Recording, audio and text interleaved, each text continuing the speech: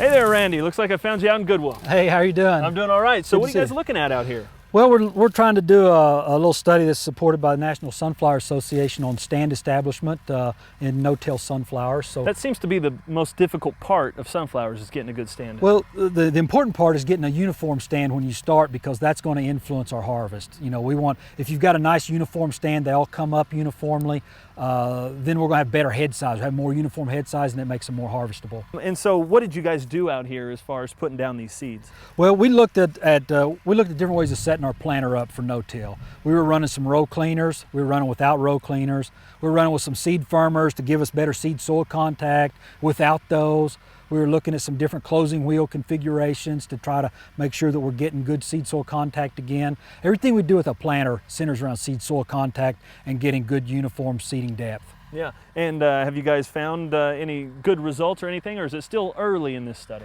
Well, it's still pretty early in it. Well, I mean, we're here today. We're going to measure some plant spacing to see how uniform we are down the row. We've taken some emergence data, so we kind of watched it coming out of the ground, and you kind of babysit the plants, you know, early on, because that's what we're interested in. Two things we're interested in with seeding systems are uniform emergence, both in time and in space. Yeah. So we want all of our plants to come up within a very short window. We also want them to come up uniformly down the row. Now show me what you're talking about on that. And so if we look at our plants, I mean, what we want is, we want good spacing between the plants. I mean, some people will tell us they have to be perfectly spaced, but that's not true. I mean, we just look at them and say, you know what, we shouldn't have 2 or 3 plants here really close together, maybe like we have right here. And then we also have this little one right here that came up, and it probably came up late.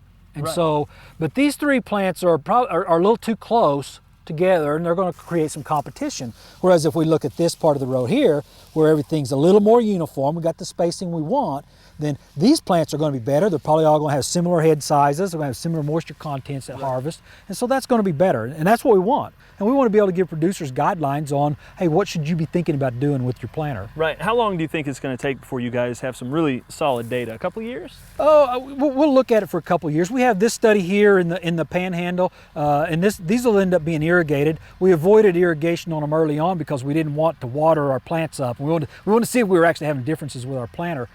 We have another study near Covington on a farmer's field that's in a dryland environment, and actually the 2 studies are kind of a little bit contradicting each other. Interesting. Which from a research standpoint we don't like too much, you know. Right.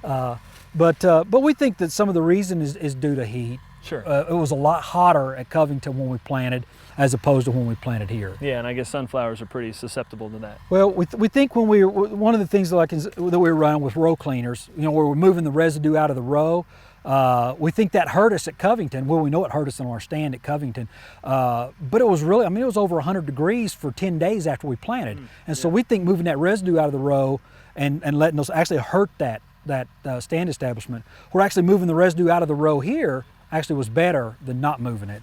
And so I think that, you know, our take-home message right now is for a double crop environment in north central Oklahoma, where it might be a little hotter in that post-wheat harvest time frame, maybe a row cleaner is not a good idea, which is, you know, I've pushed row cleaners for a long time and cleaning residue out of the way, so we may rethink a little bit of the stuff we're doing, and we'll keep looking at that in the future as well, next year as well, so see if we get the same thing. All right, Randy, appreciate it. Good luck out here. All right, thank you.